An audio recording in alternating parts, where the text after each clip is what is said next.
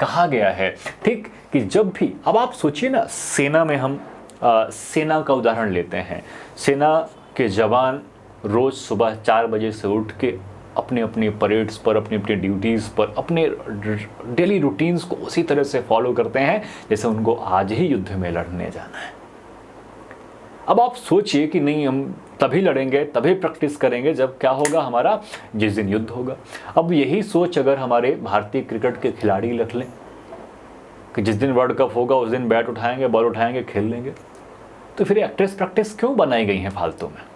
ये इसीलिए बनाई गई हैं ताकि आप पहले से ही इस अभ्यास को अपने अंदर रख सकें, ठीक है ना, कि पता चले जब बरसात हो रही है तभी आप छत डलवा रहे हैं या छत पड़वा रहे हैं या छप्पर छा रहे हैं, तो स्वाभाविक सी बात है कि पानी पहले घर के अंदर जाएगा, फिर आपके घर को नष्ट करेगा और आपको कहीं का नहीं छोड़ेगा, ठीक। तो इस प्रकार से आप इस पर भी अपने प्रकाश डाल सकते हैं और चीज़ों को समझा भी सकते हैं। जैसे एक छोटा सा कोविड-19 लॉकडाउन की अगर हम लोग बात करें तो एक छोटी सी कमी आप यहाँ पर निकाल सकते हैं कि लॉकडाउन करने से पहले हमने उतनी तैयारी नहीं की थी जितनी कि हमें करनी चाहिए थी। हमने थोड़ा सा, मतलब एक प्रकार से देखिए, अकायक तरीके से, औचक तरीके से हमने लॉकडाउन लगा दिया और देखने वाले में आपने भी देखा होगा कि कैसे लाखों लोगों का पलायन इधर से उधर, उधर से इधर होने लगा था और पूरी तरह से कुछ समय के लिए अव्यवस्था फैल गई थी। लेकिन खैर बाद में ट्रेनें चलाई गई, बसेस चलाई गई, बहुत सारे काम किए गए, लेकिन थोड़ा सा तो असंतुलन वहाँ पर बिगड़ा था।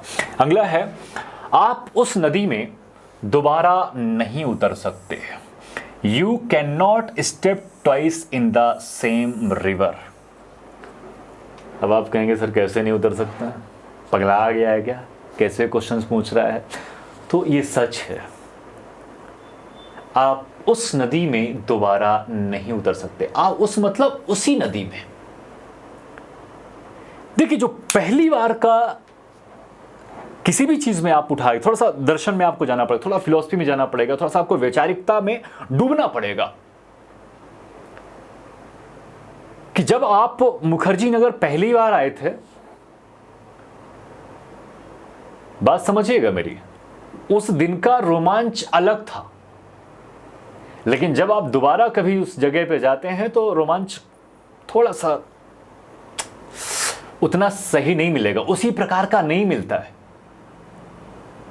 कि मिलेगा। आप अपने स्कूल जाते हैं, अपने विद्यालय पर जाते हैं, आप समझ रहे हैं मेरी बातों को कि मैं कहना क्या चाह रहा हूं वहां पर, कि आप उसी नदी में दोबारा नहीं उतर सकते। You can not step twice in the same river. भावनात्मक तरीके से समझिए थोड़ा सा। क्या हो सकता है शरीर वहां पर पहुंच जाए, आप दोबारा से उन चीजों को रिपीट कर सकते हैं, लेकिन जो भाव है वह भाव आपका पहले के जैसा नहीं रहेगा। रहेगा क्या? बड़े बड़े विचारक इस चीज में ना अपने आप को बताते हैं कि आप अपने आप को इस चीज से ना थोड़ा सा न्यूट्रल करके देखिए, बाहर करके देखिए, कि जब आप किसी भी चीज को कर रहे हो ना तो अपने आप को उससे थोड़ा सा बाहर कर लो। आप करो, उसमें इन्वॉल्व रहो, लेकिन अपने अंदर एक थोड़ा सी जागरूकता को रखो। जब आप जागरूकता रखेंगे तो आपको ये चीजें समझ में आएंगी, आपको ये भाव समझ में आएगा कि कहना क्या चाह रहा है। मेरी बात हो सकता है कि आपको समझ में आ रही हो, नहीं आ रही हो तो जरूर बताइएगा। फिर अगला प्रश्न है, हर असमंजस के लिए मुस्कुराहट ही चुनिंदा साधन है। आई smile is the chosen vehicle for the ambiguity. अब आप बताइए, मुस्कुराहट, स्माइल प्लीज, ठीक है ना, कितना अपन ने कैमरे के सामने, कैमरे वाले भैया आगे स्माइल प्लीज करते थे, अपन आप मुस्कुराते थे। इसका मतलब क्या है? हर असमंजस के लिए मुस्कुराहट ही चुनिंदा साधन है।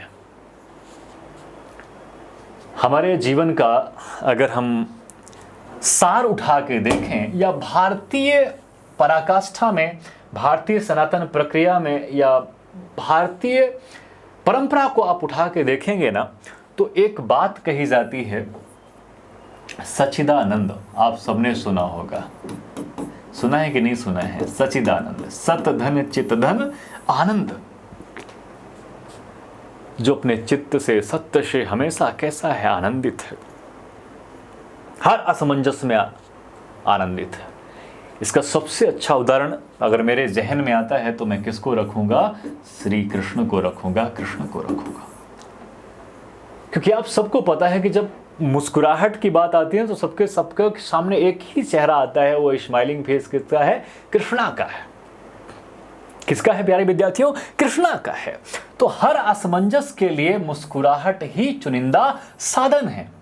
आप बड़े से बड़ी लड़ाइयां, बड़े से बड़े कष्ट, बड़े से बड़ी मतलब कठिनाइयों को एक प्यारी सी मुस्कुराहट से सॉल्व कर सकते हैं। आपके चाहे आपसी जीवन की बात हो, देखिए मैं अगर युद्ध की बात करूं तो युद्ध केवल सीमाओं पर नहीं लड़े जाते हैं। युद्ध हम अपने दोस्तों से भी लड़ रहे होते हैं, अपने परिवारों से भी लड़ रहे होते हैं, अपने प्रेमी प्रेमिकाओं से भी। लेकिन छोटी सी चीज, स्माइल, मुस्कुराहट, उस परिवेश को, उस माहौल को पूरी तरह से बदल देती है। एक आप देखिए ना, घर में खूब सारी लड़ाई मच रही हो, टूटा फूटा मचा हो, लेकिन एक छोटी सी बच्ची या बच्चा खिलखिला के पूरे घर के माहौल को अलग ही कर देती है। समझ रहे हैं ना? क्या कर देती है? अलग कर देती है। अलग ही कोपले वहां से निकलने लगती हैं, अलग ही सुगंध की पराकाष्ठा आपको देखने को मिलेगी। और सबसे अच्छी बात है कि आपको ये नए साधन, नए तरीके, या एक प्रकार से मैं कहूं तो आपको नए रास्ते, नए उपाय बताता है। ठीक, क्योंकि आपका जो चित्त है उससे थोड़ा सा अलग हो जाता है, बाहर हो जाता है। जब चित्त बाहर होगा तो स्वाभाविक सी बात है कि निर्णय अच्छे ले पाएगा, काम अच्छे कर पाएगा। ठीक, कोई आपसे चिड़चिड़ाएगा नहीं, कोई आपके प्रति घृणा का भाव भी नहीं रखेगा। अगर रख भी रहा है तो चलो ठीक है भाई, उसका व्यक्तिगत समस्या है। लेकिन मैं हमेशा हर परिस्थिति में, हर स्थिति में मुस्कुराता रहूंगा, मुस्कुराता रहूंगा। ठीक है ना? याद रखना है। तो हर असमंजस के लिए मुस्कुराहट ही चुनिंदा साधन है। देखिए, इनमें अगर आप वीर पुरुषों को भी उठाना चाहें ना, तो कभी रोते नहीं बैठे रहे किसी के सामने।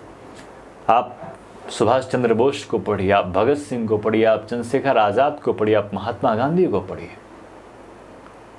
रोते हुए युद्ध नहीं लड़े, कि रोते हुए एकदम वीर पुरुष की तरह अपनी मुस्कुराहट चेहरे पर बनाए हुए और आगे बढ़ते, हंसकर झूल गया फांसी में भगत सिंह मस्ताना था। तो खैर है तो ओज की बात, लेकिन उस परिस्थिति में भी हंसना, मुस्कुराना कितनी चुनौती बड़ी काम होती। बातें बहुत फेंकी जा सकती हैं, बातें बहुत की जा सकती हैं, लेकिन यही तो अंतर है ना, आदर्शवाद और यथार्थवाद। और हम इसीलिए यथार्थवाद पर भरोसा करते हैं कि क्या यथार्थ में ऐसा हुआ है, तो ये चीजें घटित हुई हैं।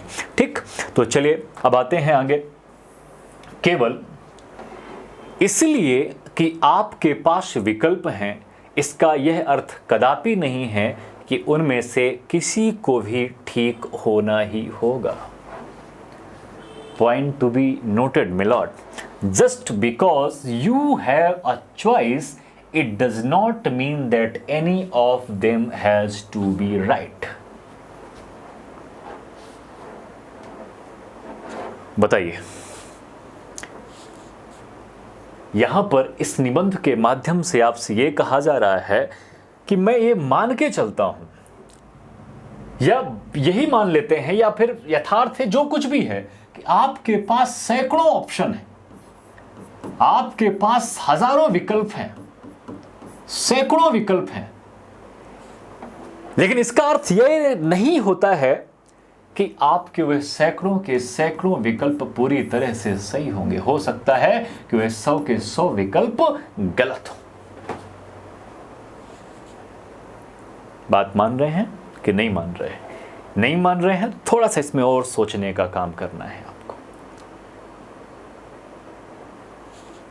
कि जैसे मान लीजिए, अब मैं, स्वाभाविक सी बात है कि वैज्ञानिक नहीं हूं, अब मैं किसी मिसाइल को उड़ाने के 100 तरीके अपनाऊंगा, लेकिन मुझसे नहीं उड़ सकती वो।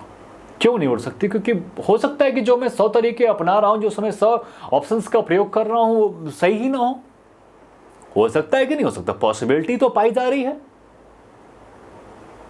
तो जरूरी नहीं है कि जो कार्य वर्तमान में किए जा रहे हैं वह पूरे के पूरे सही ही हों, या फिर आपने जो सामने विकल्प अपने रख लिए हैं वो विकल्प 100% सही है क्योंकि आपने माना है। ये प्रशासनिक जीवन में आपके बड़े काम में आने वाली चीज है। कि हो सकता है कि आपका एक निजी निर्णय या हो सकता है कि आपके बताए हुए सभी सुझाव या नियम सही ना हो। आपके लिए हो सकता है कि सही हो। जैसे हम अंग्रेजों की नीतियों की बातें करते हैं, उनको तो हर नीतियां सही लगती थी, लेकिन हमारे लिए सही नहीं थी, हमारे लिए सही नहीं थी। या किसी भी प्रकार से आज अगर हम लड़ाई की बात करते हैं, बुराई की बात करते हैं, ठीक है ना, तो स्वाभाविक सी बात है कि बुरा व्यक्ति अगर 10 पैतरे अपनाता है अच्छाई पे जीतने के, तो उसके 10 के 10 खराब है विकल्प भाई साहब, खराब है कि नहीं है। तो यही बातें यहां पर सीधे तौर पर अप्लाई होती हैं, लागू होती हैं कि हो सकता है कि आप जिस काम को करने के लिए हजारों विकल्प लिए बैठे हैं, हो सकता है उनमें से एक भी विकल्प सही ना हो, उचित ना हो। ठीक, तो प्यारे विद्यार्थियों, आज की ये क्लास हमारी सिर्फ यहीं तक रही है, जिसमें हम आपको निबंध के थोड़े से बिंदु बताने का हमने प्रयास किया है, और हमारी कोशिश थी कि थोड़ी सी सहजता आपके अंदर हम लाने का प्रयास करें। किसके प्रति प्यारे अभ्यर्थियों? निबंध के प्रति।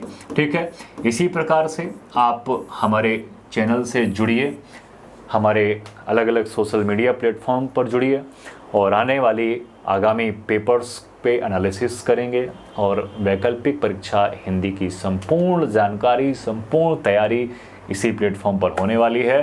तब तक के लिए सभी को जय हिंद, वंदे मातरम।